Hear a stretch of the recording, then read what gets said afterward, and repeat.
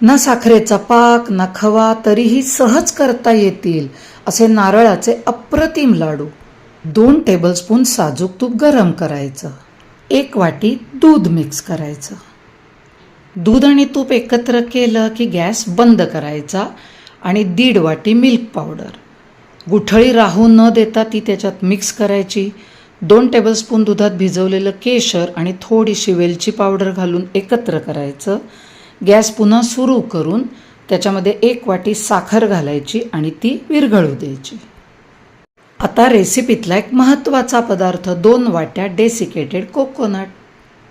मंद आचेवर हे सुकं खोबरं मिश्रणामध्ये एकत्र करायचं.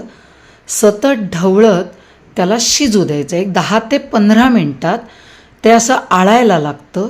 त्याच्यातला ओलावा कमी होतो, असं कोरडं दिसायला लागतं आणि ते पॅन सोडून कन्सिस्टन्सी अशी दिसली की गॅस बंद करायचा आणि ते ताटात थंड व्हायला ठेवायचं.